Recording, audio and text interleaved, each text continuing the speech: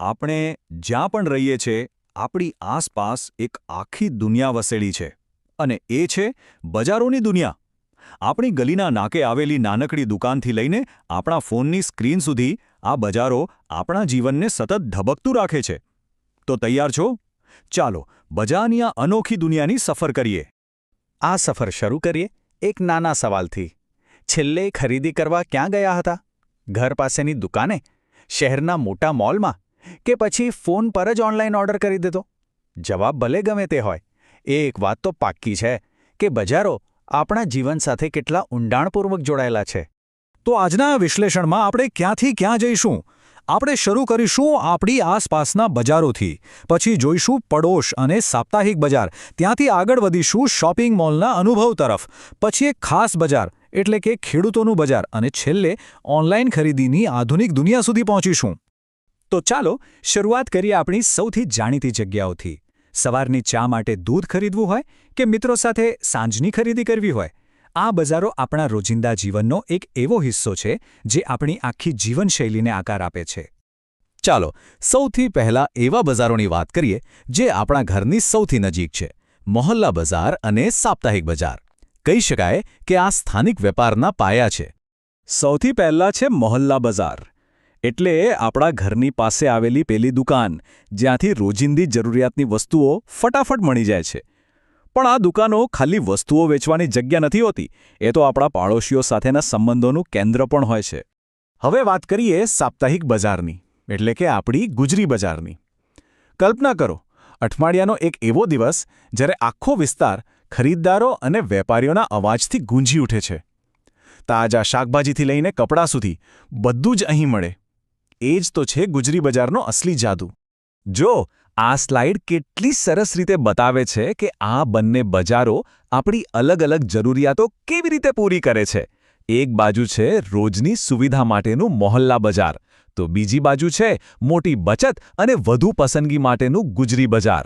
સારું, હવે સ્થાનિક ગલીઓમાંથી બહાર નીકળીએ અને જઈએ ખરીદીના એકદમ નવા અને આધુનિક સ્વરૂપ તરફ, એટલે કે ચમકતા દમકતા શોપિંગ મોલ।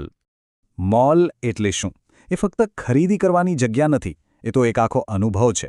અહીં મિત્રો સાથે ફરી શકાય, પરિવાર સાથે ફિલ્મ જોઈ શકાય અને સ્વાદિષ્ટ ભોજનનો આનંદ પણ માણી શકાય। બધું જ એક જ છત નીચે। એ ખરીદીને મનોરંજન સાથે જોડી દે છે। અત્યાર સુધી આપણે ગ્રાહકોના બજારની વાત કરી, પણ હવે આપણે એક એવા બજારની વાત કરીશું જે આપણી થાળીમાં આવતા અનાજ અને શાકભાજીના મૂળ સાથે જોડાયેલું છે। હા, આ બજાર છે આપણા અન્નદાતા એટલે કે ખેડૂતો માટે। આ છે એપીએમસી, આનું પૂરું નામ છે એગ્રીકલ્ચરલ પ્રોડ્યુસ માર્કેટ કમિટી, એટલે કે કૃષિ ઉત્પન્ન બજાર સમિતિ। સરળ ભાષામાં કહીએ તો આ એક સરકારી વ્યવસ્થા છે જે એટલા માટે બનાવવામાં આવી છે કે ખેડૂતોને તેમની મહેનતનું યોગ્ય વળતર મળે અને તેમની સાથે કોઈ છેતરપિંડી ન થાય। જેમ કે અહીં જોઈ શકાય છે, એપીએમસી ખેડૂતોને મુખ્યત્વે 3 રીતે મદદ કરે છે। પહેલું, તેમને પાક વેચવા માટે એક નક્કી કરેલી જગ્યા મળે છે। બીજું, તેમની ઉપજનો યોગ્ય ભાવ નક્કી થાય છે। અને ત્રીજું, આખી પ્રક્રિયા એકદમ પારદર્શક રહે છે। અને હવે આપણી આ સફરના અંતિમ પડાવ પર આવી ગયા છીએ।